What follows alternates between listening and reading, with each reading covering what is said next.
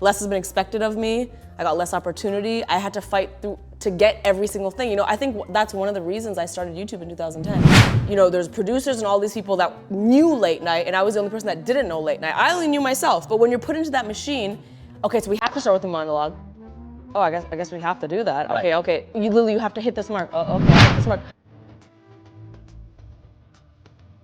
Gender equity, or so even more than sexuality is a cause. Like you feel like gender equity is the thing, or I know they're tied together. Yeah, listen, at risk of me being like, here's what I care about most, bam, bam, bam, the rest of you don't matter. Yeah. Going back to my life experiences, what I will say is I feel like I've had the most heartache in my life because of gender inequity. So yes, that is the chip on my shoulder. Okay. Yes. Because you're a woman.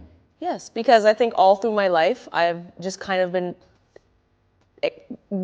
less than, honestly, not that I felt that way, but less has been expected of me. I got less opportunity. I had to fight through to get every single thing. You know, I think that's one of the reasons I started YouTube in 2010, was there was no one else that looked like me. And it wasn't only this exciting, ooh, this is really cool, but it was definitely that chip on my shoulder of like, well, there should be. And so I'm gonna make it. And so that always is a little bit of a driving force, even with the late night show.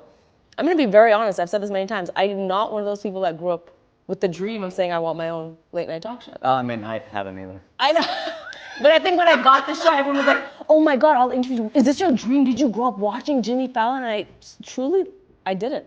Well, don't you think that was kind of the issue, is that when you had the show, I think your vehicle would have been more like voices, character sketches like Superwoman, and then they had you doing stand-up and interviews. Well, and they go, you're taking a golfer and you're making her play basketball. Well, I think that there's 2 seasons of the late night show. The first one, I was so out of my element. I was, you know, there's producers and all these people that knew late night, and I was the only person that didn't know late night. I only knew myself, but when you're put into that machine, okay, so we have to start with a monologue.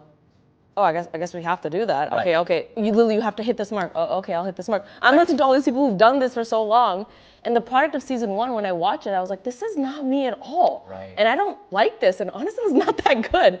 Season 2, I definitely made more on my own. There was more sketches. I was doing monologues as if there were rants. I was doing all that stuff, but people had already made up their mind about the show after season 1, right? And that's a tough thing. It's like, You're boxed. I had 30 plus years of posts that look one way, and after 1 year of me, people made up their mind. I know it was tough. I didn't have a lot of resources and a lot of options, and so I did the best I could do. I could say that genuinely I am proud of season 2, but I am quite, to be politically correct, I'm quite relieved to not be doing it anymore. You don't have to be. You can come out because you go on a rant right now. I don't want to seem. I do have to. I'm sounding ungrateful. Grateful.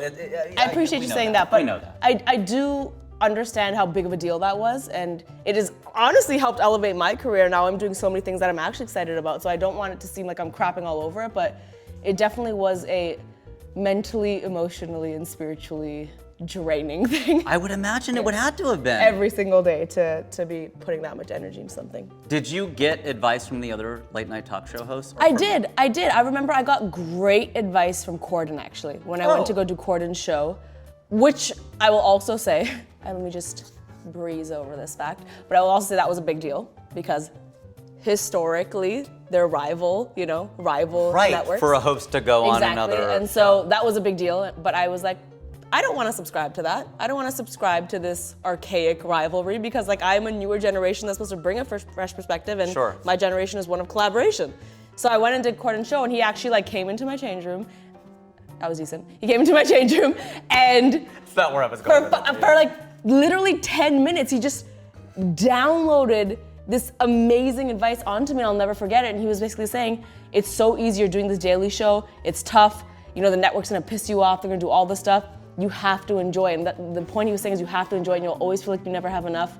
Now I left that being like, he's absolutely right, you know, I might not always have this, I should enjoy it. But also, there's a little bit of realisticness of like, he's saying this from a perspective of his budget being probably 10 times what mine is, right? True. So there's levels to this stuff. True. When, you know, my budget was, we can't shoot 1 episode a day. We have to shoot 4 or 5 a day. Yeah, like in a day. Yeah, like right. that's a different. That's what we do here. We're shooting 3 guests. Yeah. So I used to shoot 2 to 3 episodes a day, including the monologue, whatever the bit was, the interviews. That's me prepping for 3 interviews a day.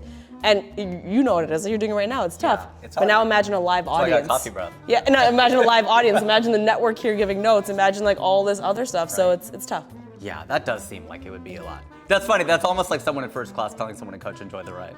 A little bit, but I appreciated the sentiment of what he was saying. No knock on him. Yeah. That's not, I mean, that's really sweet. But I needed to hear it because that's what honestly got me through the rest of the season. But I really appreciate that he took 10 minutes and he gave me this advice for someone that's been doing it longer than me.